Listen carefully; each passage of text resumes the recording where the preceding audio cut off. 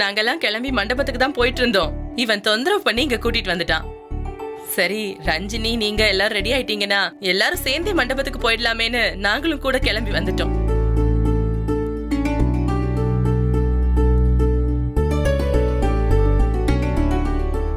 சரி இருங்க, நான் பார்த்து அவ ரெடி ஆயிட்டான்னா கூட்டிட்டு வரேன்.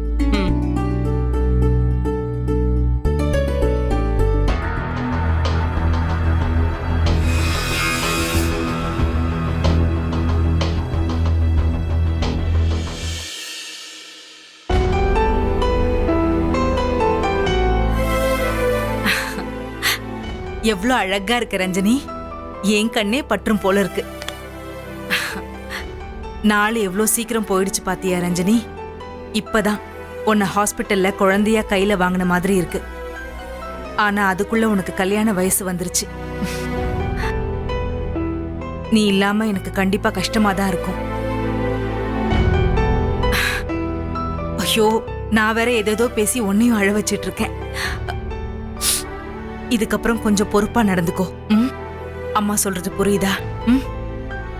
சரி, எல்லாரும் உனக்காக தான் காத்துட்டு இருக்காங்க. வா போலாம்.